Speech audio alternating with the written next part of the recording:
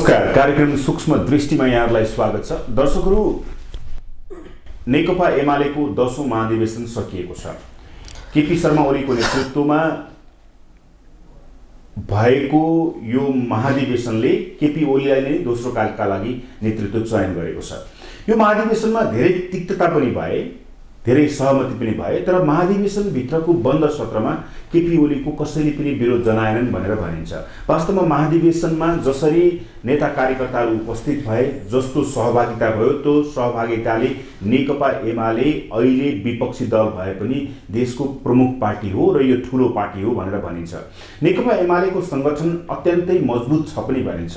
आगामी निर्वाचनहरू आउनेछन्, ती निर्वाचनमा अब एमाले केपी ओलीको नेतृत्वमा कसरी अगाडि बढ्नेछ, कस्तो हुनेछ नेकपा एमाले, आज हामी यसै विषयमा चर्चा गर्नेछौँ र युवाहरू कतिको प्रवेश गरेका छन् यो महाधिवेशनपछि, नेकपा एमालेमा कतिको नेतृत्वमा पुगेका छन्, आज हामी यिनै विषयलाई खेलाएर समीक्षात्मक सूक्ष्म कुराकानी गर्नेछौँ। मसँग हुनुहुन्छ अनिराज सुब्युका पूर्व अध्यक्ष, नेकपा एमालेका युवा नेता अनिल महर। स्वागत छ। धन्यवाद। नमस्कार। आरामै हुनुहुन्छ? आराम छ। 10औं महाधिवेशन कस्तो भयो? 10औं महाधिवेशन समग्रमा एउटा ऐतिहासिक, नेकपा एमालेको जीवनमा असाध्यै धेरै महत्त्वपूर्ण र राष्ट्रिय राजनीतिलाई एउटा दिशानिर्देश गर्न सक्ने गरी भव्य रूपमा सफल र सम्पन्न भएको छ।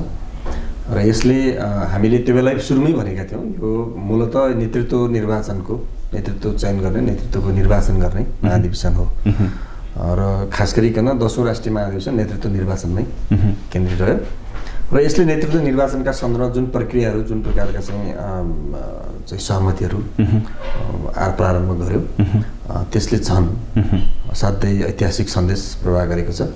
लोकतन्त्रप्रति थप भरोसा जगाएको छ, लोकतन्त्रप्रति थप प्रतिबद्ध भएको कुरालाई चाहिँ स्थापित गरेको छ। त्यसकारण समग्रमा नेकपा एमालेको 10औं राष्ट्रिय महाधिवेशन ऐतिहासिक हो।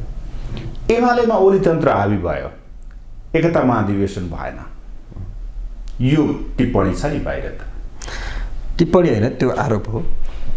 आलोचना गर्नेहरूले, आरोप लगाउनेहरूले, एमालेलाई कमजोर बनाउन चाहनेहरूले, एमालेका विरुद्ध षड्यन्त्र गर्नेहरूले जब एजेन्डाहरू, राजनीतिक चाहिँ एजेन्डाहरू नपाएपछि अनि यस्ता खालका अराजनीतिक होइन अवाञ्छनीय टिका टिप्पणी गर्ने हो, त्यस्तो कुराले एमालेलाई खासै केही पनि फरक पर्दैन। तपाईँलाई म एउटै वाक्यमा भन्न चाहन्छु, एमालेमा ओली हाली नभएको हुन्छ त प्रचण्ड र माधव नेपाल हुन्छन्। पार्टीको अध्यक्ष ओली होइन, केपी ओली, जसको मार्गदर्शनमा पार्टी हिँडिरहेको छ। नेकपा एमाले मात्र होइन, त्यसको राजनीति अहिले केपी ओलीले डोराइरहनु भएको छ, जसलाई नेपाली जनताले पछिल्लो समयमा सबभन्दा बढी मन पराइरहेका छन्। चाहे युवा हुन्, चाहे विद्यार्थी हुन्, चाहे बालबच्चा हुन्, चाहे बुढापाका हुन्, चाहे किसान, मजदुर होइन, जुनसुकै पेसा व्यवसायमा संलग्न जनताहरू हुन्, आज केपी ओलीको विकल्प छैन भन्ने ठाउँमा छन्। अनि त्यो नेता चाहिँ पार्टीको अध्यक्षका रूपमा हुनुहुन्छ भने अध्यक्ष त स्वाभाविक रूपमा प्रभावकारी हुनुहुन्छ नि, प्रभाव चाहिँ उहाँको रहन्छ नि पार्टीमा। तर यसलाई किन अन्यथा रूपमा लिनु पर्छ? अब त्यहाँनिर भन्दाखेरि चाहिँ मान्छे आरिसमा यो कुरा गरे भन्नुभयो तपाईँले होइन, तर निर्वाचन मात्रै लोकतान्त्रिक प्रक्रिया होइन, सर्वसम्मति पनि लोकतान्त्रिक हो भनेर एमाले चितवनमा पुगेको थियो। तर सर्वसम्मति त भएन नि त? भयो नि। कसरी भयो? ल, तपाईँले एमालेको महाधिवेशनको निर्वाचन परिणामलाई, त्यो निर्वाचन प्रक्रियालाई सूक्ष्म ढङ्गले, हामी सूक्ष्म बहसमा छौँ नि, सूक्ष्म ढङ्गले हेर्नु भएको छैन कि भन्ने हामीलाई सूक्ष्म ढङ्गले हेर्नु भने अत्यन्तै सूक्ष्म रूपमा तपाईँले सुन्नुहोस् न, तपाईँले सूक्ष्म ढङ्गले हेर्नुभएको छ भने अझ म त्यसलाई तपाईँलाई थप स्पष्ट पार्न चाहन्छु। निश्चित रूपमा लोकतान्त्रिक पद्धतिका दुईटा प्रक्रिया हुन्छन्, एउटा सर्वसम्मति, एउटा निर्वाचन। यी दुईटै लोकतान्त्रिक प्रक्रियाहरू हुन्, लोकतान्त्रिक पद्धतिहरू हुन् होइन। निरपेक्ष रूपमा निर्वाचन मात्र पनि लोकतान्त्रिक प्रक्रिया र पद्धति हुन सक्दैन, सहमति मात्र पनि हुन सक्दैन होइन। तर लोकतन्त्रको उच्चतम अभ्यास, उच्चतम पद्धति भनेको सर्वसम्मति नै हो होइन। सर्वसम्मति भएन भने त्यसपछि हामीले निर्वाचन प्रक्रियामा जाने। जस्तै हामीले लिपुलेक, लिपियाधुरा, कालापानीलाई नेपालको नक्सामा राख्ने कुरा चाहिँ सर्वसम्मतिका साथ संसदबाट पास गऱ्यौँ कि लोकतान्त्रिक प्रक्रिया हामीले अवलम्बन गऱ्यौँ, लोकतन्त्र मिच्यो, खाइयो होइन नि। त्यसकारण सर्वसम्मत हुने कुरा त लोकतन्त्रको सबैभन्दा सुन्दर, सबैभन्दा उच्चतम अभ्यास भइहाल्यो। कथम कदाचित सर्वसम्मत भएन भने निर्वाचनको प्रक्रियामा जाने र निर्वाचनका माध्यमबाट जसले बहुमत प्राप्त गर्छ त्यसले त्यो निर्वाचित हुने र त्यसले नेतृत्व गर्ने हो।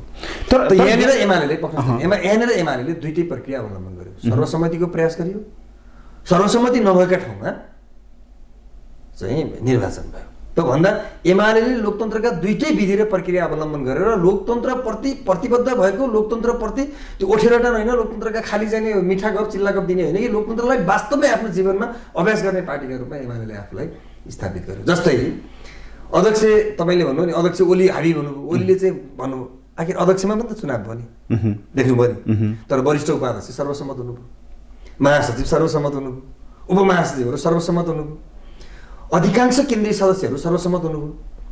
केही ठाउँमा त अध्यक्षमा भयो, उपाध्यक्षमा भयो, सचिवमा भयो र केही केन्द्रीय सदस्यहरूमा निर्वाचन भयो। अब त्यो भन्दा हामीले दुईटै विधि र पद्धति, दुईटै प्रक्रियाहरू अवलम्बन गरेर यो निर्वाचन महाधिवेशन सम्पन्न गऱ्यौँ र चाहिँ यसले लोकतन्त्रका दुईटै चाहिँ विधि र प्रक्रियालाई आत्मसात गरे।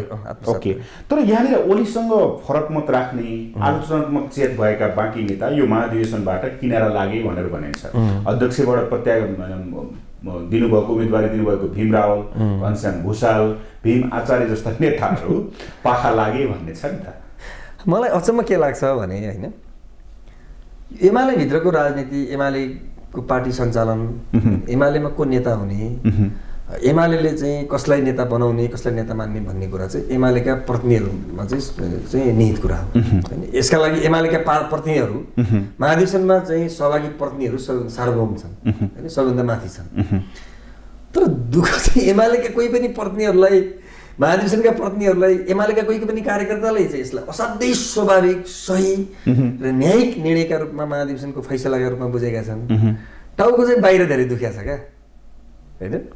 केही मिडियाहरूलाई भन्दैछु है म, फेरि सबै मिडियाहरूले, केही मिडियाहरूलाई, काङ्ग्रेसलाई, माओवादीलाई, कथित नागरिक समाजलाई होइन, नागरिक समाजका नाममा होइन वितण्डा मचाउनेहरूलाई भनिरहँदाखेरि अब यो समस्या होइन। म आउँदैछु एमालेका प्रतिनिधिहरू जस्तै तपाईँले मान्नुहोस्, राजनीति त विचारले गर्ने हो नि होइन, मुद्दाहरूले राजनीति गर्ने हो, पार्टीमा वर्चस्व कायम गर्ने कुरा, पार्टीको चाहिँ विश्वास लिने कुरा, पार्टीका कार्यकर्ताहरूको, नेताहरूको अभिमत प्राप्त गर्ने कुरा चाहिँ एउटा नेताले गर्ने निर्णयहरू होइन, ती निर्णयप्रति लिने अडान, उसका विचार, उसका व्यवहार, आचरण होइन, राष्ट्रताप्रतिको उसको चाहिँ नि अडान, यी सबै कुराहरूले नेता बनाउने कुरा हो होइन। पार्टीको हितमा गरेका कामहरू, पार्टीको पक्षमा उभिएका चाहिँ नि उसका चाहिँ नि अडानहरू होइन, पार्टी जोगाउन, आन्दोलन जोगाउन खेलेको भूमिका, यी सबै कुरालाई चाहिँ समष्टिगत रूपमा मूल्याङ्कन गरेर कार्यकर्ताले फैसला गर्ने हो होइन। त अध्यक्षमा हलमा लगभग 90% भन्दा बढी कार्यकर्ताहरूको, महाधिवेशन प्रतिनिधिहरूको आवाज होइन सर्वसम्मत गरौँ भन्ने थियो। भीमरावले मान्नु भएन, म चुनाव लड्छु भन्नुभयो, त्यसलाई चाहिँ सुरक्षित गरियो, चुनावकी प्रक्रिया अवलम्बन गर्यो, जसका कारणले 2 दिन बढी समय खर्च भयो होइन, 2 करोडभन्दा बढी पार्टीको चाहिँ रकम खर्च भयो। तर पनि एउटा चाहिँ पार्टीको नेताले म चुनाव लड्छु, अध्यक्षको उम्मेदवार बन्छु भन्दा त्यो उहाँको अधिकारलाई वञ्चित गर्नु हुँदैन, त्यसको रक्षा गर्नुपर्छ भनेर निर्वाचन प्रक्रियामा गयो। त महाधिवेशन प्रतिनिधिहरूले जे फैसला गरे त्यसलाई त सबैले मान्न पर्यो नि। अनि टाउको दुखाइ किन भयो? त्यसलाई मानियो, तर म यसैमा अलिकति अझै क्रिटिक जान चाहन्छु। बन्द सत्रमा त कुनै नेताले बोल्नै सकेनन् गरे, बरु पदाधिकारी र केन्द्रीय सदस्यको नाम अध्यक्ष ओलीले प्रस्तुत गरेर ताली बजाएर अनुमोदन गर्ने मात्रै काम भयो भन्ने कुरा आयो त। त्यसै चुनाव भएन र? चुनाव त भयो, अनि कसरी अनुमोदन ताली बजाएर मात्रै भयो त?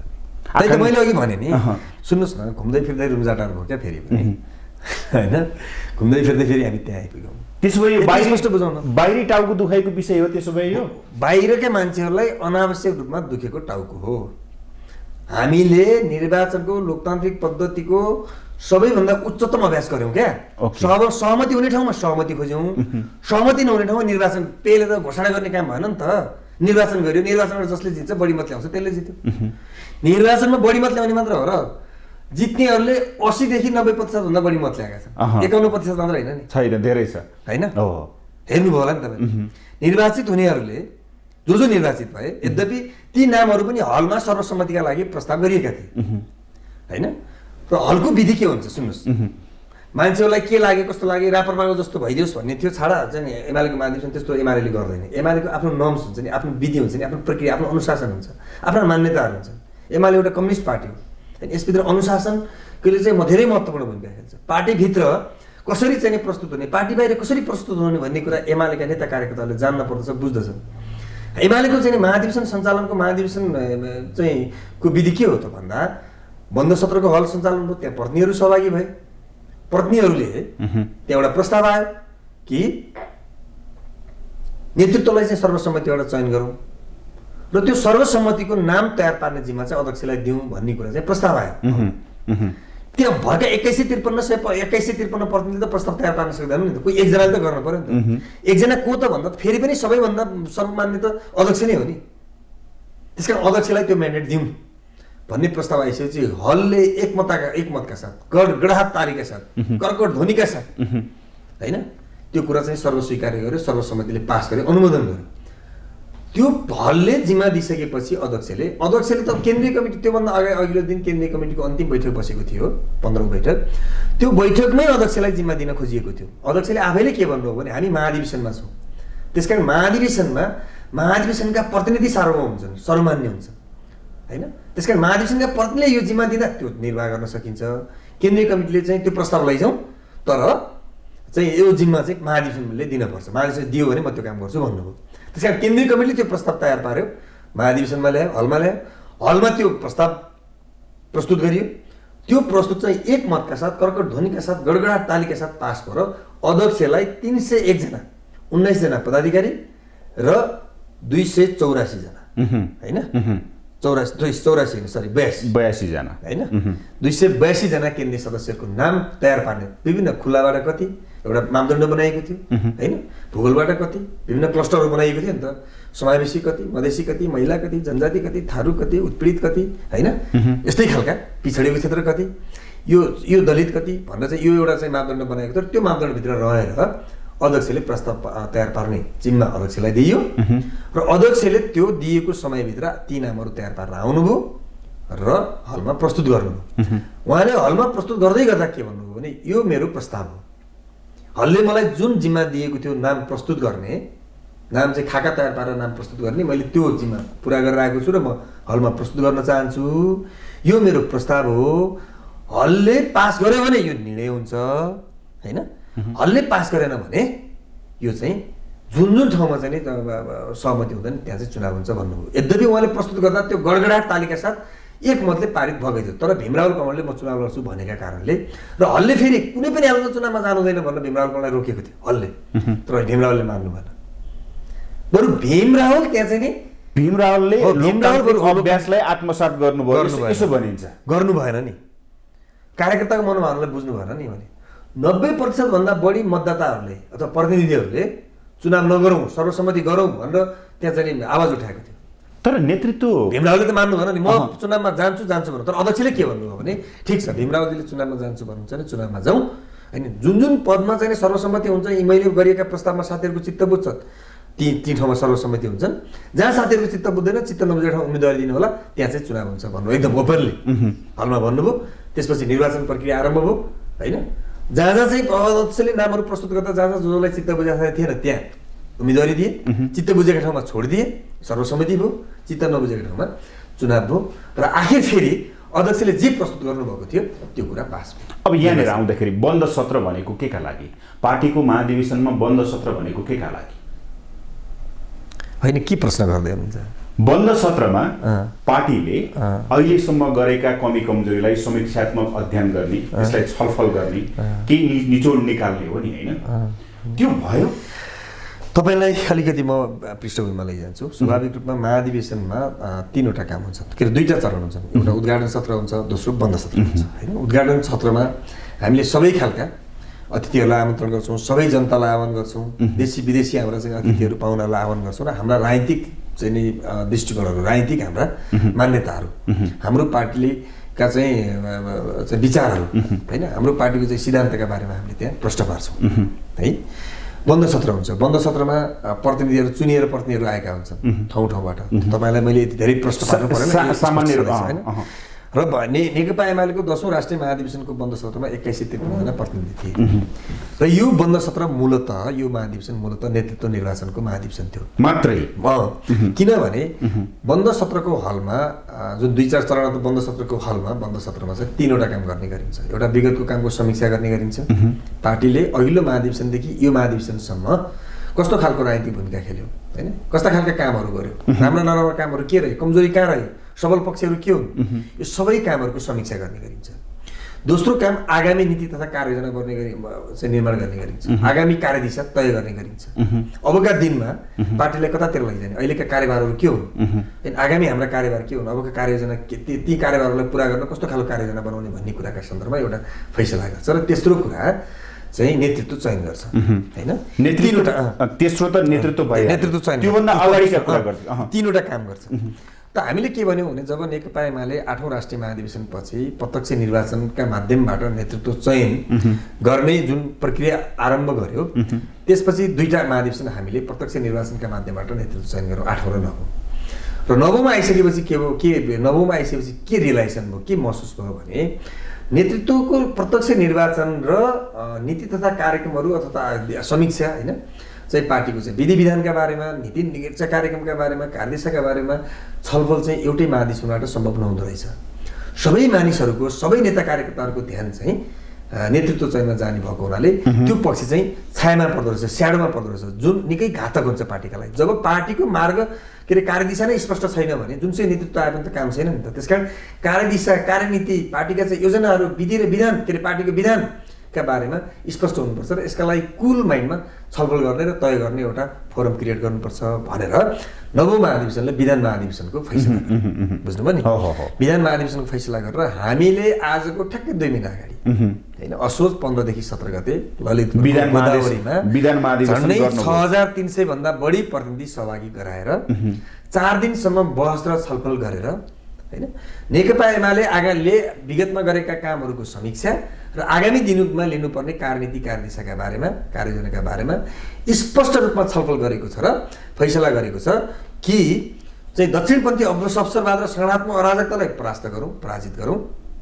र जनताको बहुदलीय जनवादको मार्गदर्शनमा समाजवादको आधार निर्माण गरौँ भन्ने कुरा स्पष्ट ढङ्गले फैसला गरेको छ। यही हो हाम्रो नीति अहिले। अब तपाईहरुले त्यो यो नीति हामीले तय गरिसकेपछि हामीले त्यो बेलै भन्यो अब महाधिवेशनमा त्यो चाहिँ छलफल गर्न उपयुक्त ठान्नु हैन। जो त्यो 2 महिना अगाडि विधान महाधिवेशनले त्यही प्रकृतिको महाधिवेशन त्यो भन्दा 3 गुणा बढी प्रतिनिधिहरू सहभागी भएर छलफल गरेर निकालेको निष्कर्ष चाहिँ फेरि छलफल गर्न बान्छनी हुन्छ। तर हैन, एउटा कुरा कस्तो भने 2/3 मत प्राप्त गर्दा पनि प्रतिपक्षमा पुग्यो भनेर कसैले प्रश्न उठाए विधान महाधिवेशन यो 10औं महाधिवेशन 2/3 बहुमत त एमालेको एकल थिएन, वाम गठबन्धनको थियो। पछि त्यसलाई हामीले पार्टी एकता गरेर नेकपाको भयो। किन जोगिएन भनेर त्यो एकता किन जोगिएन भनेर गम्भीरतापूर्वक बहस भयो, गम्भीरतापूर्वक छलफल भयो हैन। त्यो पार्टी एकता किन जोगाउन सकिएन हैन, पार्टी एकतालाई थप जनताका पक्षमा, कम्युनिस्ट आन्दोलनका पक्षमा किन त्यसलाई चाहिँ रूपान्तरण गर्न सकिएन भन्ने विषयमा गम्भीरतापूर्वक बहस भयो र नेकपा एक मतले सर्वसम्मत ढङ्गले नेकपा एमालेका सबै प्रतिनिधिहरूको निष्कर्ष के रह्यो, महाधिवेशनको निष्कर्ष के रह्यो भने मैले भने नि दक्षिण यो पार्टीभित्र दक्षिणपन्थी अवसरवाद र संगठनात्मक अराजकता सिर्जना भयो। यो दक्षिणपन्थी अवसरवाद र संगठनात्मक अराजकताले पार्टी एकतालाई कमजोर बनायो र यसको मूल नेतृत्व प्रचण्ड र माधव नेपालले गर्नुभयो भन्ने हाम्रो निष्कर्ष।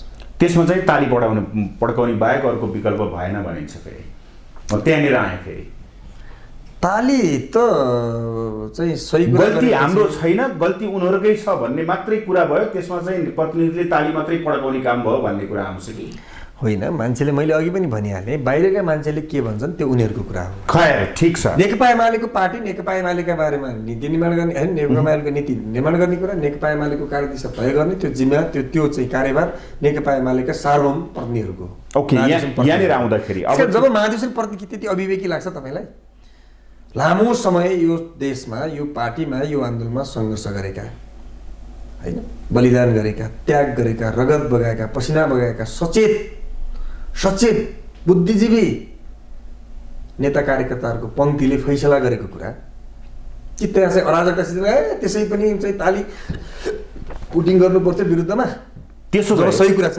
जब देशप्रति यदि चिन्तित भएको मान्छे देशप्रति चिन्तित छ आन्दोलनप्रति चिन्तित छ पार्टीप्रति चिन्तित छ भने त नेतृत्व ल्याएका सही कुराहरूलाई साथ दिनुको विकल्प हुन्छ होइन आफ्ना केही कसैको प्रयोजनमा कसैको चाहिँ उक्साटमा आफ्ना केही रेउटी गरिसक्नु छ भने त जे गरे पनि भयो केहीले गरिराखेकै छन् केहीले पार्टी फुटाएर गइसके तर पार्टीको हितमा चाहिँ लाग्ने मान्छे पार्टीको हितमा रहने मान्छे आन्दोलनको रक्षा गर्न चाहने मान्छे होइन राष्ट्रियताको चाहिँ सम्वर्धन गर्न चाहने मान्छे विकास निर्माण चाहने मान्छेले अहिले नेकपा एमालेका नीति कार्यक्रमहरूलाई अहिले नेकपा एमाले अगाडि सारेका नीतिहरूलाई कार्यनीतिहरूलाई चाहिँ चुनौती दिन सक्ने छ कोही अब यो भनिरहँदाखेरि अनि नेकपा एमालेका नेता कार्यकर्ताले किन त्यसलाई चाहिँ अस्वीकार गर्दछन् ताली बजाउँछन् नि ठिक छ ताली बजाए ठिक छ तपाईँ यो महाधिवेशनबाट तपाईँ सन्तुष्ट हुनुहुन्छ व्यक्तिगत रूपमा आउन चाहे अहिले म सन्तुष्ट छु किन त्यस्तो लाग्दैन तपाईँलाई ऐन महर केन्द्रीय सदस्यमा चाहिँ पक्का आउँछ भन्ने थियो कि धेरै आम मानिसले तर त्यो 282 मा पनि अटाएन है हो चाहिँ यस्तो थियो जस्तो खास गरिकन हामीलाई के लागेको थियो भने पदाधिकारीमा सर्वसम्मति हुन्छ केन्द्रीय कमिटीमा निर्वाचन हुन्छ भन्ने थियो करिब पार्टी नेतृत्वले र धेरै मान्छेहरू पनि यसमा सहमत थिए हामीले निर्वाचनको तयारीमा थियौँ हामी पर्सनली पनि होइन जसले गर्दा असाध्यै धेरै माहौल थियो मेरो देशव्यापी त्यसका तपाईँलाई म एउटा मिठो घटना सुनौँ चाहिँ कतिपय पत्नीहरू त चाहिँ तपाईँलाई भोट हाल्न आएको नि भनेर त्यो खालको कुरा गर्थे त्यसले मलाई असाध्यै धेरै गौरवान्वित गर्थ्यो मलाई आत्मसन्तुष्टि प्रदान गर्थ्यो त भन्दा पार्टीमा मैले गरेको योगदान मेरो चाहिँ भूमिकालाई आम कार्यकर्ताहरूले आम प्रतिनिधिहरूले असाध्यै धेरै नजिकबाट निहालिरहेका रहेछन् र त्यसलाई सकारात्मक रूपमा ग्रहण गरेका रहेछन् किनकि प्रधानमन्त्री बालकोट जाँदाखेरि ऐनमहर बारदलीमा केपी ओलीसँग सँगै थियो होइन त्यस्तो कुरा होइन पार्टीलाई चाहिँ सङ्कटमा परेको बेलामा पार्टीको पक्षमा पार्टीका नीति कार्यक्रमहरूलाई पार्टीका विचारहरूलाई स्थापित गर्ने कुराका सन्दर्भमा अनि सङ्गठनलाई चाहिँ विस्तार गर्ने कुराका सन्दर्भमा पार्टीका नेता कार्यकर्ताहरूको सुरक्षा गर्ने कुराका सन्दर्भमा ऐनमहरले जुन नेतृत्वदायी भूमिका खेल्यो त्यसको चाहिँ साथीहरूले चाहिँ मूल्याङ्कन गर्नुभयो होला नि होइन त्यो स्वाभाविक रूपमा नेतृत्वसँग चाहिँ सँगै रहने कुरा नेतृत्वसँगै बारदलीमा होस् गाडीमा होस् कहाँ के रह्यो त्यो धेरै गौण कुरा हो कि एकदम प्राइमेट कुरा त त्यो थियो तर अब के भयो भने हामी सर्वसम्मतिमा जाने भइसकेपछि मलाई पनि के विश्वास थियो भने अब सर्वसम्मतिमा मेरो नाम पर्छ होला भन्ने मलाई विश्वास थियो तर अब त्यो 200 त्यही त अब थोरै मान्छे भए भए ठ्याक ठ्याक ठ्याक ठ्याक हुन्थ्यो होला होइन अब धेरै मान्छे एकदम 282 धेरै हो नि त त्यही त धेरै मान्छे भिडभाड हुँदाखेरि अब प्रतिनिधि 2153 थिए नि त प्रतिनिधि 2153 जना हुनुहुन्थ्यो र 2153 जना नै केन्द्रीय कमिटीका लागि इलिजिबल हुनुहुन्थ्यो हैन त्यसका लागि योग्य हुनुहुन्थ्यो त्यसमध्येबाट जम्मा 301 जना छान्ने कुरा थियो त्यो वास्तवमै चुनौतीपूर्ण कुरा थियो हैन त त्यसमा चाहिँ छान्दाखेरि अब कस्तो हुँदो रहेछ भने कहिलेकाहीँ बत्ती मुनिको अँध्यारो हुन्छ नि बत्ती मुनि आयो सानोतिर उज्यालो परिरहेको हुन्छ ठ्याक्कै आफ्नो पनि अँध्यारो परिरहेको हुन्छ नि ठ्याक्कै ऐनमहरलाई त्यही भयो त्यस्तो हुनसक्छ अब त्यो छुट्यो पछि मैले बुझेँ नेतृत्वलाई बुझेँ के भन्दा यो अहिले छुटेछ अब यसलाई चाहिँ धेरै ठुलो विषय नबनाऊ भन्ने हो मैले त्यसलाई सहज रूपमा तर भित्री आत्मले के पार्टीप्रति यति योगदान गरेँ म यति नजिक भएर काम पनि गरेँ नेतृत्वसँग यति नजिक भएर पनि काम गरेँ गर्दा गर्दै पनि तपाईँले अघि बत्ती मुनिको अँध्यारो भन्नुभयो नि भित्री मनमा चसक्क त भयो होला नि होइन स्वाभाविक हो त्यही त म अचम्मित भएँ म सक्ट त भयो नि त अब त्यहाँ कस्तो थियो भने चाहिँ भर्खर अनुराग चाहिँ मेरो एउटा विधा भएको थिएँ अब पार्टीको भूगोलको काममा जोडिएको थिएँ आम विद्यार्थीहरूको होइन भूगोलका हिसाबले त्यो भूगोलका मान्छेहरूको आम युवाहरूको विद्यार्थीहरूको होइन र चाहिँ ठुलो त्यो अपेक्षा थियो यसपटक ऐनमहर चाहिँ केन्द्रीय कमिटीमा आउनुहुन्छ नयाँ पुस्ताको चाहिँ आगमन हुन्छ र हाम्रो भावनाको प्रतित्व नेकपा एमाले गर्नुहुन्छ भन्ने हाम्रो विचारको प्रतित्व हाम्रो भावनाको हाम्रो पुस्ताको प्रतित्व ऐनमहरले चाहिँ नेकपा एमाले गर्नुहुन्छ भन्ने त्यो खालको ठुलो अपेक्षा र विश्वास थियो त्यस कारण त्यो एकैचोटि नहुँदाखेरि म मात्र धेरै मान्छे सक भए तर पछि बुझ्दै जाँदाखेरि अब हुलहालमा त्यस्तो धेरै मान्छे छोटो समय थियो छोटो समयमा धेरै बनाउँदाखेरि यस्तो भयो भन्ने कुरा नेतृत्वबाट आइसकेपछि त्यसलाई मैले स्वाभाविक रूपमा लिएँ अब त्यसलाई मैले अन्यथा लिएको छु तर एउटा कुरा ओलीसँग पूर्व प्रधानमन्त्री ओली तपाईँहरूको नेतृत्वसँग सङ्गत गर्ने मान्छेहरूले के भन्छन् भने ओली नीति भनेको प्रयोग गर्ने र स्वार्थ पुरा भएपछि फ्याँक्ने हो भनेर भन्छन् रे अब यो ठ्याक्कै यो तपाईँलाई पनि लागु भयो कि जस्तो कारणले मैले यो प्रश्न सोध्दैछु भित्री रूपमा चाहिँ मलाई प्रयोग गर्दासम्म गरेर चाहिँ केन्द्रीय कमिटीमा पनि लगेन भन्ने जस्तो लाग्दैन गलत कुरा त्यो असाध्यै गलत कुरा हो त्यो असाध्यै हावादारी कुरा असाध्यै चाहिँ नन पोलिटिकल कुरा हो त्यो केपी ओलीले मलाई कहिले पनि प्रयोग गर्नुभएको छैन गर्नु पनि हुँदैन र मलाई गर्नुपर्ने आवश्यकता पनि छैन केपी ओलीले। म त्यो लेभलको मान्छे नै होइन प्रयोग गर्नुपर्ने होइन। कहाँ केपी ओली कहाँ हामी तुलना गर्ने केपी ओलीले हामीलाई किन प्रयोग गर्नु? तर नेतृत्वले चाहँदा चाहँदै पनि बिचबाट कसैले खेल्यो कि होइन? मैले अघि पनि भनिहालेँ नि, नेतृत्वको पनि यथेष्ट चाहना हो होइन मलाई ल्याउने। कसैले खेल्न भने खेलेनन्, सबै आफू पर्न लागेको थियो, अरूलाई पार्नु नभने कसलाई त्यहाँ ध्यान चासो थियो भने आफू हुन न लागेको थिएँ सबै। यो ऐनगर हुनुहुन्न भन्नु कसलाई त्यहाँ ध्यान चासो थियो र? आफू पर्छु पर्दैन, म सुरक्षित छु कि छैन भन्नेमै धेरैलाई चासो थियो नि। तर म चाहिँ के विश्वस्त थिएँ भने म चाहिँ हुन्छु होला, पर्छु होला होइन, सेन्ट्रल कमिटीमा म आउँछु होला हरेक हिसाबले, राजनीतिक वैचारिक हिसाबले होइन, एउटा पुस्ताको हिसाबले, अखिलको भर्खर आउटगोइङ अध्यक्ष हुनुका नाताले होइन, एउटा निश्चित भूगोलको हुनुका नाताले म सर बझाङको हो नि, बझाङ हो मेरो घर, पिछडेको क्षेत्र हो होइन, जहाँबाट जुन सुदूरपश्चिमबाटै म राष्ट्रको पहिलो अध्यक्ष हो होइन, जहाँ चाहिँ तपाईँको बझाङमा कस्तो ठाउँमा जन्मे हुर्किएर चाहिँ यहाँ आएर म यति धेरै राजनीतिक रूपमा जिम्मेवारी प्राप्त गरेको मान्छे। त्यस कारण त्यो भूगोलका कारणले पनि मैले चाहिँ जिम्मेवारी पाउँछु होला भन्ने थियो मलाई होइन। यी यावत कारणले मैले भने राजनीतिक वैचारिक मेरो चाहिँ स्पष्टता, मेरो क्षमता योग्यता, मेरो क्रियाशीलता होइन, म एउटा पुस्ताको प्रतिनिधि, तर यावत कारणले थियो। त्यति आश हुँदा हुँदा पनि परिएन र त्यो परेको पनि थिएँ म होइन। 5-6 बजेसम्म मेरो नाम त्यहाँ थियो, तर पछि अब बाई मिस्टेकली कसरी हट्यो, कहाँबाट हट्यो त्यो अब हट्यो होला। अब त्यो हटाउँदा हटाउँदा मान्छे यताबाट अर्को पनि थप्नुपर्ने, अर्को पनि थप्नुपर्ने, अर्को पनि थप्नुपर्ने, बझाङको मान्छे कहाँबाट पुस भइएछ। बझाङको मान्छे राजनीतिक जीवनमा यति क्रियाशील मान्छे, विद्यार्थी राजनीतिमा यति क्रियाशीलबाट भर्खर रिटायर भएको मान्छेलाई त्यो मान्छे केपी ओलीको नजरमा नपर्नु होइन। तपाईँ भन्नुभयो कि 5-6 बजेसम्म मेरो नाम थियो तर कसरी हट्यो? मैले भने बिचमा केही चलखेल भयो? यसमा नेतृत्वको कुनै पनि त्रुटि छैन, नेतृत्वको कुनै पनि कमजोरी छैन, नेतृत्वको चाहना नभएको पनि होइन। मैले भने एउटा विधि मापदण्ड बन्यो, त्यो विधि मापदण्डले त म स्वतः परेँ नि। नेतृत्व चाहेर भने त्यो विधि र मापदण्डले पनि पर्ने भयो नि त म होइन। खास गरी अखिलको पूर्व अध्यक्षहरू ल्याउने। तर त्यो भन्दा भन्दै पनि ऐन महर केपी ओली नेतृत्वको सरकारमा रहेका केही मन्त्रीले गरेका काम कारबाहीप्रति खरो रूपमा उत्रेको थियो सडकमा, जसका कारणले ऐन महर त्यसैको कारणले गर्दाखेरि स्थिति बदलियो 5-6 बजेपछि भनिन्छ होइन।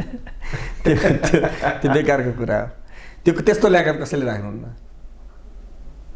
तपाईँ राख्नुहुन्न भन्नु कसैले पनि त्यो सामर्थ्य ल्याकत त भइसक्यो। त्यो सामर्थ्य 5-6 बजेसम्म रहेको ऐन महरको नाम त्यसपछि सकिन्छ भनेपछि यस्तो हुन्छ नि त। 2153 जना नै इलिजिबल थिए पार्टीको केन्द्रीय कमिटीमा आउनका लागि, सबैले प्रयास गरिरहेकै थिए होइन।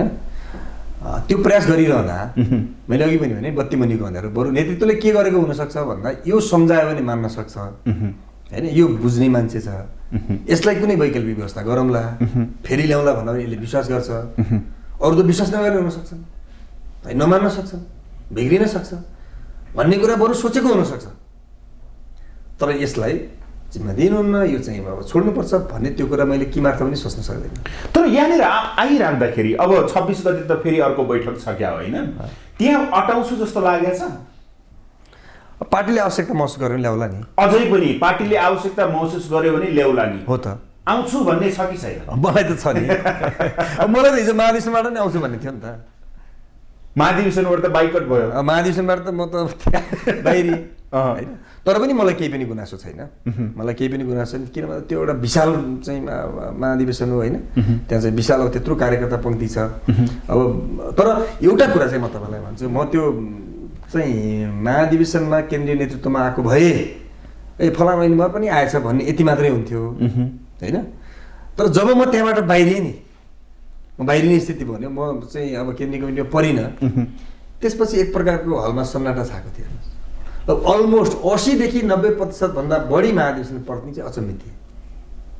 त्यो चाहिँ मेरो पुँजी हो, मैले प्राप्त गरेको, मैले कमाएको, आर्जन गरेको सबभन्दा ठुलो पुँजी हो त्यो। तर तपाईँले त्यत्रो कमाउँदै पनि नेतृत्वले तपाईँलाई नजर नलगाउनु, नजरअन्दाज गर्नु जस्तो गरेको जस्तो लागेन? त्यसपछि कुरा भयो मेरो, अहिलेको निर्वाचित महासचिवसँग मेरो कुरा भयो, वरिष्ठ उपाध्यक्षसँग कुरा भयो, उपाध्यक्षज्यूहरूसँग कुरा भयो, महासचिवसँग कुरा भयो, इभन अध्यक्षसँग पनि मेरो 2-3 पटक कुराकानी भयो होइन। उहाँहरूले चाहिँ त्यसमा यो अलिकति त्रुटि रह्यो होइन, अलिकति यो चाहिँ थोरै हेक्का रहेन, यसमा चाहिँ अलिकति अब थोरै हेक्का पुगेन, ध्यान पुगेन, यसलाई चाहिँ अन्यथा नलिनु, यो हामी छिटै सच्याउँछौँ भन्नुभएको छ। सचिने भनेको 26 गते सचिन्छ सम्भवतः। त्यसो भए अग्रिम बधाई। त्यसो त नभनिहाल्नु, शुभकामनासम्म लिन सकिन्छ। खैर, अब म फेरि अलिकता महाधिवेशन तर्फै आउन चाहेँ। हजुर।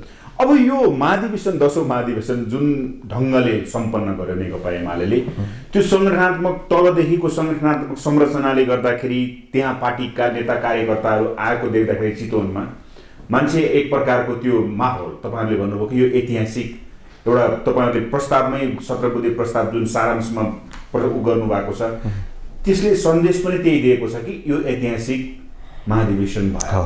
तर यो महाधिवेशनलाई अब समीक्षात्मक रूपमा मूल्याङ्कन गर्दाखेरि नेकपा एमाले अब नेतृत्व, ओली नेतृत्वको नेकपा एमाले कहाँसम्म पुग्छ? यसको टार्गेट कहाँ हो? टार्गेट आगामी निर्वाचनमा, स्थानीय निर्वाचनमा पनि बहुमत पालिका सहित एमालेलाई जिताउने, आउने सङ्घीय निर्वाचन र प्रदेशको निर्वाचनमा पनि बहुमत सहित एमालेलाई जिताउने र यो देशको राष्ट्रियताको सम्वर्धन गर्ने, हैन, समाजवादका आधारहरू निर्माण गर्ने, हैन, सुखी नेपाली समृद्ध नेपालको अभियानलाई सार्थक बनाउने, हैन, चाहिँ सामाजिक न्याय स्थापना गर्ने, यही हो टार्गेट। त्यसका निमित्त अब हामी सङ्गठन निर्माण, सङ्गठन विस्तार, सङ्गठनमा चाहिँ अब प्रवेश कार्यक्रमहरू सञ्चालन गर्छौँ, जनतालाई जान्छौँ, राजनीति बुझाउँछौँ, हाम्रा विचारहरू, हाम्रा मान्यताहरू, हाम्रा कार्यक्रमहरू हामी बुझाउँछौँ।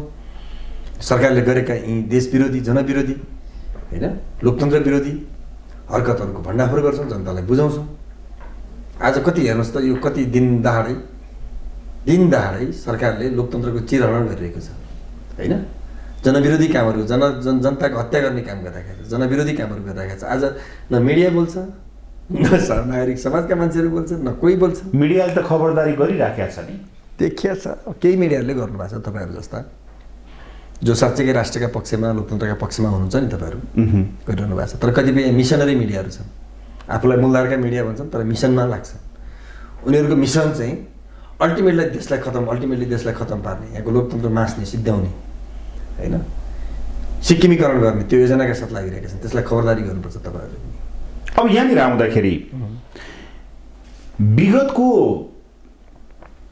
ऐनमहर र अहिलेको ऐनमहरमा डिफरेन्स के छ?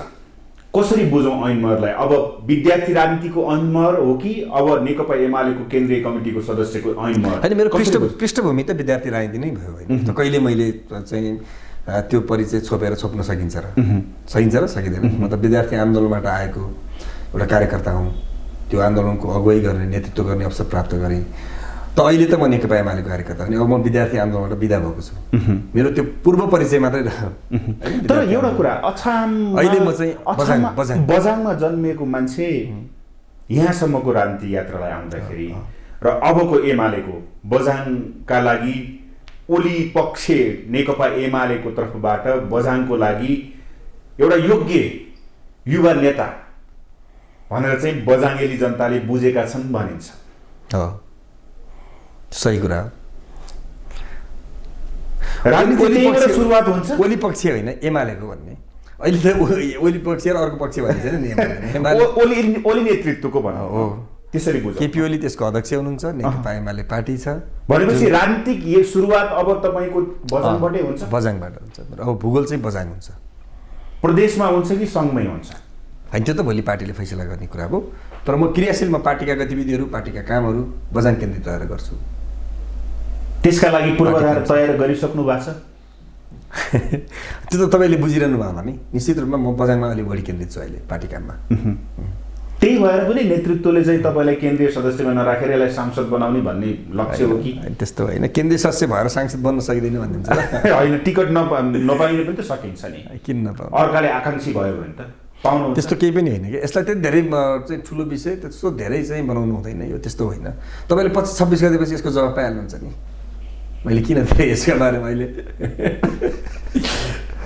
मेरो मुखबाट किन बेकारमा सुन्न चाहनुहुन्छ? 25-26 गतेबाट यसको जवाब पाउनुहुन्छ, सबैले पाउँछन्। पार्टीले त्यो न्याय गर्छ भन्नेमा ढुक्क छ। खै, ठिक छ। त्यसो भए अलिकता तपाईँको आफ्नो पर्सनल लाइफमै जाउँ न। अलिकता पर्सनल लाइफ सूक्ष्म रूपमै कुराकानी गर्न खोजे अब म चाहिँ अहिलेको राजनीति परिवेशलाई हेर्दाखेरि ऐनमहरले देखेको अहिलेको पछिल्लो पुस्ताको राजनीति र त्यसको नेतृत्व कसले लियो भने बेस्ट हुन्छ जस्तो लाग्छ? यसलाई हामीले द्वन्द्वात्मक किसिमले बुझ्नुपर्छ होला, सापेक्षिक रूपमा होइन। निश्चित रूपमा पुस्ताको कुरा गर्नुहुन्छ भने त स्थापित कुरा हो नि, नयाँ पुस्ता, युवा पुस्ता अहिले राजनीतिको नेतृत्व लिँदा केही परिवर्तन ल्याउन सकिन्छ कि, केही चेन्ज ल्याउन सकिन्छ कि, केही आशा गर्न सकिन्छ कि, केही नयाँ कुरा ल्याउन सकिन्छ कि भन्ने आम मान्छेमा परेको छ होइन। यो स्वाभाविक छ। किन भन्दा यसका केही वैज्ञानिक कारणहरू के हुन् भन्ने लाग्छ भने अब युवाहरूको त भविष्य लामो हुन्छ, उनीहरूसँग फेरि सोच्न सक्ने क्षमता हुन्छ, स्मरण शक्ति हुन्छ होइन, सोच्न सक्ने क्षमता हुन्छ, गर्न सक्ने जोस र जाँगर हुन्छ होइन, र भविष्य लामो हुन्छ। त्यस कारण आफ्नो भविष्यलाई पनि ख्याल गरेर, आफ्नो भविष्यसँग देशको समाजको भविष्यलाई जोडेर चाहिँ उनीहरूले देश र समाजका लागि केही गर्न सक्छन् भन्ने मान्यता भएको होइन, मान्यता हो। तर त्यो सँगसँगै हामीले बुझ्नुपर्ने कुरा के हो भने हेर्नुहोस्, हामी अहिले जुन परिस्थितिमा आएका छौँ, जुन परिस्थितिमा उपस्थित छौँ हामी, जुन धरातलमा, जुन अहिलेको अवस्थामा छौँ, यो अवस्था, यो परिस्थिति, यो धरातल चाहिँ स्वतःस्फूर्त निर्माण भएको त त्यो त होइन। यसका लागि त लामो सङ्घर्ष, लामो बलिदान, त्याग, धेरै चाहिँ आन्दोलन हामीले गरेर यहाँ पुगेका हो नि हामी। यो लोकतान्त्रिक गणतन्त्र प्राप्त गर्ने कुरा होइन, त हामीले धेरै लामो चाहिँ सङ्घर्ष गरेर यहाँ पुर्याएको छौँ र यसका निमित्त धेरै हाम्रा अग्रजहरूले, नेताहरूले भूमिका खेल्नु भएको छ कि। त्यस कारण हामीले यसबाट अर्को कुरा सुन्नुहोस्, यो 10औं महाधिवेशनमा एमालेको 10औं महाधिवेशनमा अगाडि सारेको मान्यता नेतृत्व निर्माणका सन्दर्भमा, नेतृत्व चयनका सन्दर्भमा के हो भने 3टा पुस्ताको फ्युजन गर्ने होइन। एउटै पुस्ताको मात्रै हातमा दियौँ भने, एउटै पुस्ताले मात्रै त्यसको जिम्मा दियो भने अरू पुस्ता बायस हुन्छ होइन, र त्यहाँ चाहिँ त्यो फेरि धेरै कामहरू गर्न नसक्ने हुन्छ। त्यस कारण 3टा पुस्ताको फ्युजन गर्ने होइन, समायोजन गर्ने, पुरानो पुस्ता, बिचको पुस्ता र नयाँ पुस्ता, त्यो गऱ्यो भने चाहिँ ठिक ठाउँमा जान्छ भन्ने लाग्छ। र यसका सन्दर्भमा चाहिँ मूलतः चाहिँ ठुलो सङ्ख्यामा नयाँ पुस्ताहरू आउनु पऱ्यो, पुरानो पुस्ताको अनुभव लिनु पऱ्यो, बिचका पुस्ताहरूको एकविधा क्षमताको हामीले उपयोग गर्नु पऱ्यो। र अब खास गरिकन चाहिँ अहिले अब हामीले यही किसिमले नै प्र्याक्टिस गरेर एमालेको नेतृत्व निर्माण गरेका छौँ। त्यसैले अब चाहिँ नयाँ पुस्ता मात्रै भनेको छ चाहिँ अब उसँग विचार छैन, दृष्टिकोण छैन, अडान छैन होइन, चाहिँ स्पष्ट चाहिँ उसँग भिजन छैन भने त्यो नयाँ पुस्ताको पनि केही काम छैन। पुरानो पुस्ता छ, सबै पुरानो पुस्ता पनि आउटडेटेड हुँदैन, डेट एक्सपायर्ड हुँदैन, उसँग अझै पनि इच्छा शक्ति छ, चाहिँ भिजन छ, दृष्टिकोण छ होइन, अडान छ, निर्णय गर्न सक्ने क्षमता छ होइन, क्रियाशील छ भने त्यो पुरानो पुस्ताबाट झन् हामीले चाहिँ धेरै कुरा लिनुपर्ने हुन्छ। त्यसैले चाहिँ यो सबै कुरालाई समायोजन गरेर त्यो फ्युजन गरेको चाहिँ अहिलेको नेतृत्वले त्यो फ्युजनको छ त, त्यो एमाले अहिले त्यो अवस्थामा छ त? एक्ज्याक्टली साध्य फ्युजन छ नि। जस्तो 70 वर्षभन्दा माथिकोलाई त हामीले विधानै गऱ्यौँ, त्यो त विधानबाटै गर्नुभयो तपाईँ, विधानै गऱ्यौँ। त्यस कारण धेरै बुढो, धेरै पुरानो पुस्तालाई त हामीले क्रमिक रूपमा चाहिँ त्यसलाई चाहिँ अब आराम गर्न भन्यौँ होइन। त्यसपछिको नेतृत्व अहिले हाम्रो नेतृत्वमा छ। त्यसपछिको अर्को महाधिवेशनबाट धेरै ठुलो पङ्क्ति उमेरका हिसाबले चाहिँ बिदा हुँदैछ नेतृत्व छ। भनेपछि अर्को महाधिवेशनमा चाहिँ नयाँ नेतृत्व चाहिँ आउँछ होइन, नयाँ बिदा हुँदैछ। ओके। र यसपटक चाहिँ हामीले त्यसपछि अब अहिले केपी गौँडको नेतृत्वमा, कमरेड केपी ओलीको नेतृत्वमा हाम्रो पार्टी अगाडि बढिरहेको छ। र यसमा तपाईँले देख्नुभयो भने चाहिँ 40 मुनिको पङ्क्ति पनि छ होइन, 40भन्दा माथिको पङ्क्ति पनि छ, 40देखि 60को पङ्क्ति ठुलो सङ्ख्यामा छ, 60-70को 60देखि 70को पङ्क्ति पनि 20% जति होला होइन, 40देखि 60को पङ्क्ति 60% जति छ होइन, त्यो 10-15% चाहिँ 40 मुनिको अथवा 40 वरिपरिको सेरोफेरोको पङ्क्ति पनि छ। भनेपछि युवा पुस्ताले के बुझेको छ नेपालको राजनीति पुस्तान्तरण हुने सम्भावना त्यो त देखिँदैन, नेतृत्व देखिन्छ अलिकता एजेडै व्यक्ति, युवा पुस्ता चाहिँ जान नसक्ने स्थिति होइन। एउटा निश्चित समय आएपछि त त्यसको त विकल्पै छैन नि, जान्छ, पुस्तान्तरण त भइहाल्छ नि होइन। अहिले चाहिँ कस्तो छ भने यो परिवर्तनको आन्दोलनमा पुरानो पुस्ताहरूले पनि भूमिका खेलेको, महत्त्वपूर्ण र नेतृत्वै भूमिका खेलेको हुनाले त्यसको शेषसम्म चाहिँ पुरानो पुस्ताको रहन्छ। तर त्यो पुरानो पुस्ता गइसकेपछि चाहिँ स्वाभाविक रूपमा चाहिँ नयाँ पुस्ता अगाडि आउँछ स्वाभाविक रूपमा, त्यो समय चक्र हो, त्यो आउँछ, स्वाभाविक छ नि। यसमा त कसले त्यो रोकेर रोक्न सकिन्छ र? तर जबजको सारमा पार्टी हिँड्छ अथवा अब यसलाई नै हामीले जबजलाई नै अलिकता अङ्गीकार गर्न नसकेर पुँजीवादतर्फ गयौँ, एमालेको महाधिवेशन त्यहाँतिर गयो, ढल्कियो, किनभने त्यहाँको सुरुवाती रमझम देख्दाखेरि मान्छेले त्यो पनि टीका टिप्पणी गर्छन् कि यसलाई तपाईँले कसरी बुझ्नु भएको छ? होइन भने आफ्नो पार्टीको महाधिवेशनलाई तामझाम गर्ने कुरा, भव्य बनाउने कुरा, चाहिँ कि सबैको आकर्षण बढोस्, सबै चाहिँ आकर्षण होस् भनेर चाहिँ गर्ने कुरालाई किन अन्यथा चाहिँ टिप्पणी गर्नुपर्छ र भने जरुरी छैन नि होइन। के हो पुँजीवाद भनेको? के हामीले चाहिँ पुँजीवाद कस्तो खालको पुँजीवाद अवलम्बन गर्ने भने हामीले पुँजीवाद होइन, तपाईँले एउटा कुरा चाहिँ स्पष्ट हुनुहोस्, नेकपा एमाले अवलम्बन गरेको पुँजीवाद होइन, पुँजी राष्ट्रिय पुँजीको निर्माण होइन। पुँजीवाद र राष्ट्रिय पुँजीको निर्माण फरक कुरा हो। ओके होइन, त्यसकारण जनताको बहुदलीय जनवादले अवलम्बन गरेको अथवा दिशानिर्देश गरेको भनेको राष्ट्रिय पुँजीको निर्माण गर्ने कुरा हो र त्यसका माध्यमबाट सुखी नेपाली समृद्ध नेपालको अभियानलाई सार्थक बनाउने र समाजवादका आधारहरू निर्माण गर्ने भन्ने हो। हामी पुँजीवादतिर गएका छैनौँ, पुँजीवादको हामी विरोध गर्छौँ, पुँजीवादका पक्षपाती होइनौँ हामी। पुँजीवादमा त के हुन्छ, एउटा निश्चित 10 जना मान्छेको मुठीमा 90 जना मान्छे हुन्छ, त्यो 10 जना मान्छेको मुठीमा भएको पुँजीले 90 जना मान्छेले चाहिँ चल्नुपर्ने हुन्छ, 2 जना 5 जना 10 जना पनि 2 जना 5 जना मान्छे, त्यस्तो पुँजीको पक्षमा हामी सामाजिक न्याय सहितको पुँजीको पक्षमा छौँ हामी होइन। सामाजिक न्याय भनेको त्यसको वितरण चाहिँ सबैलाई समान ढङ्गले हुनु पर्यो नि। त्यस कारणले त्यो चाहिँ अब त्यो एउटा पक्ष हो। अर्को पक्ष कुरा चाहिँ अब महाधिवेशनमा तामझाम गर्ने कुरा चाहिँ पुँजीवाद अवलम्बन गरेको, पुँजीवादलाई चाहिँ स्वीकारेको होइन क्या। त्यो त आफ्नो महाधिवेशन आफ्नो कार्यकर्ताको लेभीलेबाट उठेको पैसाले खर्च गर्छौँ हामी, चाहिँ अलिकति हाम्रो भव्य बनाउँछौँ, पार्टीप्रति आकर्षण बढाउँछौँ भन्न चाहिँ नपाउने हो र त्यो रोकिया छ र कहीँ विधानले हाम्रो संविधानले कानुनहरूले रोकिया छ र। कहिले काहीँ राम्रो लुगा लाउँदाखेरि यसले सो अफ गर्यो हेर न भन्छन् नि, जिस्काउँछन् नि मान्छे, त्यस्तै जिस्किएको हो। अनि लाउनु नहुने हो, लाउन लुगा पनि सफा लुगा लाउन नहुने, राम्रो लुगा होइन, एमाले सफा लुगा लगाएको त्यो धेरै राम्रो, त्यस्तो केही पनि होइन। आफ्नो भएको चाहिँ क्षमता स्रोत र साधनले, आफ्नो क्षमताले भएको स्रोत र साधनले त्यसलाई चाहिँ विशिष्ट बनाएको। भनेपछि यो महाधिवेशनपछि, विधान महाधिवेशन हुँदै यहाँसम्म आइसकेपछि, नेतृत्व सबै भइसकेपछि, यो 26 को त पछि आउला, अब नेकपा एमाले, ओली नेतृत्वको नेकपा एमाले अब कहाँ पुग्छ? तपाईँलाई अघि भने नि मैले, निर्वाचनमै केन्द्रित हुन्छ। अहिले हाम्रा 2टा मुख्य कार्यभार छन्। महाधिवेशनबाट आइसकेपछि हामी 2टा काम गर्छौँ। एउटा पार्टी सङ्गठन निर्माण गर्छौँ होइन, देशभरि पार्टी चाहिँ एकताका अभियानलाई अगाडि बढाउँछौँ भनेपछि पार्टी प्रवेश कार्यक्रमलाई अगाडि बढाउँछौँ होइन, यो काम गर्छौँ हामी। र अर्कोतिर हामी यो सरकारले गरेका गलत कामहरू, रवैयाहरू, जनविरोधी काम, लोकतन्त्र विरोधी कामहरूको भण्डाफोर गर्छौँ, दबाब दिन्छौँ, त्यसका बारेमा जनतालाई सचेत बनाउँछौँ, यो एउटा काम गर्छौँ। दोस्रो काम चाहिँ यी कुरामा टेकेर हामी जनताका बिचमा जान्छौँ र चुनावको तयारी गर्छौँ र आउने 2-3 तहको चुनावमा एमालेलाई पहिलो शक्तिका रूपमा स्थापित गर्छौँ र बाँकी देशलाई अगाडि बढाउनु, जुन हिजोको नेकपा एमालेको नेतृत्वको सरकारले बाँकी रहेका कामहरूलाई अगाडि बढाउने कामलाई हामी निरन्तरता दिन्छौँ। केपी ओलीले त भनिराख्नु भएको छ कि 1 वर्षभित्रमा एमाले सरकारमा जान्छ। सही कुरा, कुनै डाउट छ र शङ्का छ र? मेरो विकल्प रूपमा एमाले फेरि आउने सरकारको नेतृत्व गर्छ, बहुमत सहित गर्छ। गठबन्धनको सरकार छ, गठबन्धनको सरकार निर्वाचनमा गठबन्धनमै गयो भने त्यो समस्या पर्ला नि। गठबन्धन नै आओस् भन्ने छ मलाई त।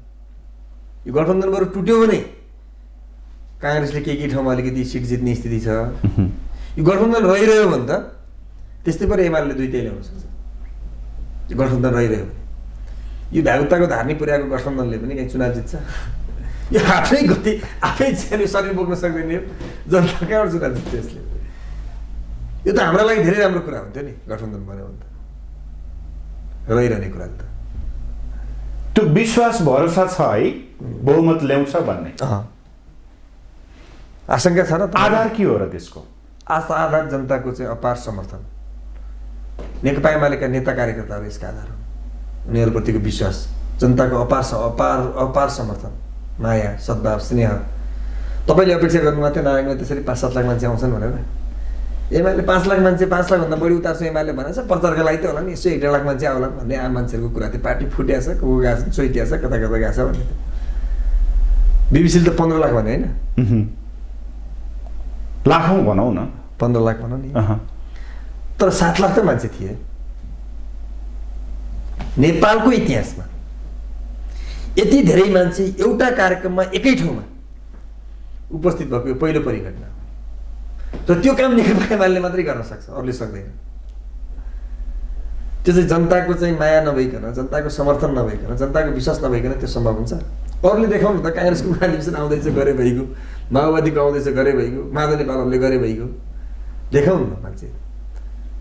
मैले अस्ति कहाँ सुनेको थिएँ, माधव नेपालले हामी 10 लाख मान्छे ल्याउँछौँ भन्नु पऱ्यो भनेर। 10 होइन 20 लाख ल्याउनु क्या, तर मुखले खोकेर हुन्छ। धेरै धेरै धन्यवाद छ। Thank you so much. उहाँ हुनुहुन्थ्यो नेकपा एमालेका युवा नेता अनि राष्ट्रिय व्यूका पूर्व अध्यक्ष ऐन मायर। हवस् त, आजको लागि सूक्ष्म दृष्टि यति नै। सम्पूर्ण टिमसहित मलाई पनि आज्ञा दिनुहोस्। नमस्ते।